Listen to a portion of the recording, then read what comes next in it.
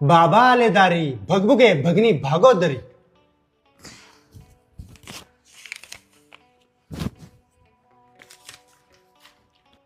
पाचशे बालका, मी तुझ्यावर प्रसन्न झालोय.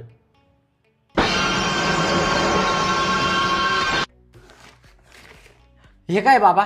ज्यावेळेस तुला पैशाच्या अडचणीन बालका त्यावेळेस हे खोलायचं.